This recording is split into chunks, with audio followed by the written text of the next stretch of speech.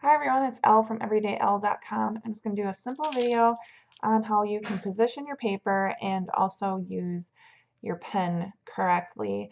Now I'm a left-handed writer, so this might be different for you. I've left a visual picture that you can look at on my blog to see how to position your paper. First of all, you can't see this desk. I'm sitting at a glass desk here on a ball, as you can see back here. But so this paper should not be like right like here. It should be like pushed up, and this desk isn't very big, so this is hard for me to show you. But just make sure that you have it away from the desk and not right up to you. You don't want to be like, you know, so close to your paper. You want to actually have some distance between you and the paper.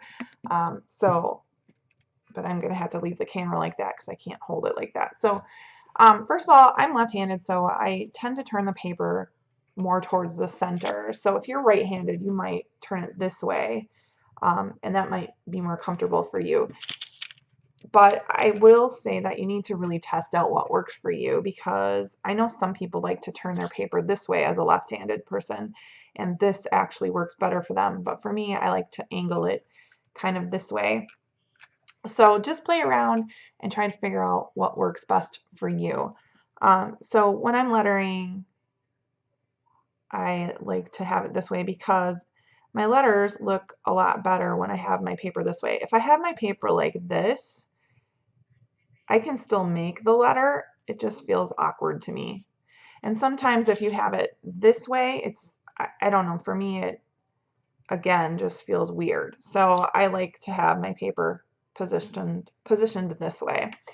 The one thing that you need to do with your pen is to remember that you can press down on your pen. Like, this is what it's made for. Like, you don't have to worry about your pen getting ruined by pressing down on it. You know, it's meant to make thick lines and thin lines. So when you're going up, you want to just use very little pressure, and when you're going down, you want to use thicker pressure. So don't be afraid to press down on your pen and use it in that way, because these pens they're brush pens. They're made for that. If you're going to use crappy paper, then you will wreck your pens.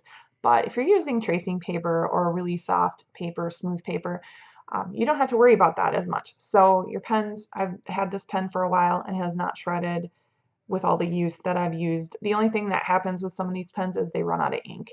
I have a pen that's run out of ink and it actually looks kind of cool when you use it because it's got this kind of distressed look. But really just remember when you're writing that when you're going down, you're going to press on your pen, and when you're going up, you're going to just lightly press on it, barely touching the paper when you're using it. So the only thing that you need to know when you're lettering is you need to put your pen at an angle. You cannot, writing like straight up and down like this, that's not going to work. Of course, it would have been, you would have pressed down it. You can do it, but that's going to probably ruin your pen and not look very nice. So always have your pen at an angle as well. I have a blog post on my blog about overwriters and underwriters, or I think I linked to a post about it. And so it might be good to check that out if you're left-handed, just because there might be some techniques in that post that will help you depending on how you write. So that's just some quick tips on paper positioning and the thick and thin lines. And I have a blog post that you can read about today that explains this a little bit more. But that's the basics of how to write. And just remember, when you're, like, for instance, if you're creating an oval, you want to press to go down, and then when you come back up, you're going to take the pressure off the pen and make a light line. So it's not going to be like, you know, you're pressing on it the whole time and make this thick line. That's wrong. So you want to make sure like you're pressing down and lifting up to finish the oval. And so when I get into some strokes, you'll understand that a little bit better. But for now, just remember that when you're going down, it's thick, and when you're coming up, it's thin. All right, if you have any questions, please leave a comment and subscribe to my blog at everydayelle.com. or subscribe to this channel for more updates. All right, thank you.